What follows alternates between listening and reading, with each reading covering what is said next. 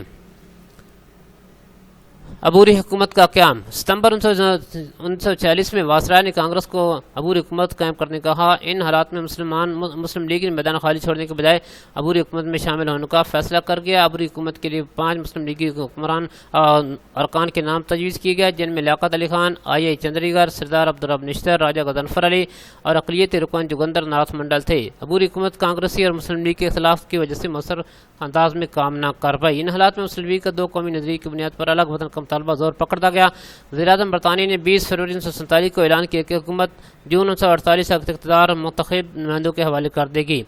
3 جون 1947 کا منصوبہ۔ 3 جون 1947 کے منصوبے کو برصغیر کی تقسیم کا اعلان کیا گیا جس کی روح سے اس بات کا فیصلہ کیا گیا کہ 14 اگست 1947 تک اقتدار ہندوستان کے حوالے کر دیا جائے گا۔ قانون آزادی ہند۔ 3 جون 1947 کو عملی جامہ پہنانے کے لیے برطانوی پارلیمنٹ نے 18 جولائی 1947 کو قانون آزادی ہند منظور کیا۔ ہندوستان کو 2 ریاستوں میں پاکستان اور بھارت میں تقسیم کر دیا گیا۔ ریڈ کلف۔ پنجاب اور بنگال کے علاقوں کی تقسیم کا فیصلہ ہونے لگا تو وہ برطانوی حکومت نے ریڈ کلف کی سربراہی میں ایک حد بندی کمیشن قائم کیا جس میں پنجاب کے حد بندی کے لیے پاکستان کی طرف سے جسٹس محمد منیر اور جسٹس دین محمد جبکہ بھارت کے نمائندے جسٹس مہر چند مہاجن اور جسٹس تیجا سنگھ تھے۔ یہ سب حضرات ہائی کورٹ کے ججز تھے۔ بنگال کی حد بندی کے لیے پاکستان کی طرف سے جسٹس ابو صالح محمد اکرم اور ایس اے رحمان جبکہ بھارت کی طرف سے سی سی بسواس اور بی کی مکرجی تھی۔ تقسیم کے وقت واسرائے اور ان کے عملہ نے کانگریس سے گٹھ جوڑ کر کے حد بندی کرنے کا فیصلہ کر لیا اور ریڈ کلف کو دستخط کرنے والی مشین کے طور پر استعمال کیا گیا۔ تقسیم میں ریڈ کلف نے مشرقی پنجاب کے مختلف مقصد کے کئی علاقے بھارت میں شامل کر کے ایک طرف پاکستان کو ستلج، بیاس اور راوی کے پانی سے محروم کیا جبکہ دوسری طرف بھارت کی سرحد کو کشمیر کے ساتھ ملا کر گرداسپور کے راستے 12 میں کشمیر پر قبضہ کر لیا۔ اس طرح کشمیر کا مسئلہ پیدا ہوا جو آج تک حل نہیں ہو سکا۔ صوبے آزادی۔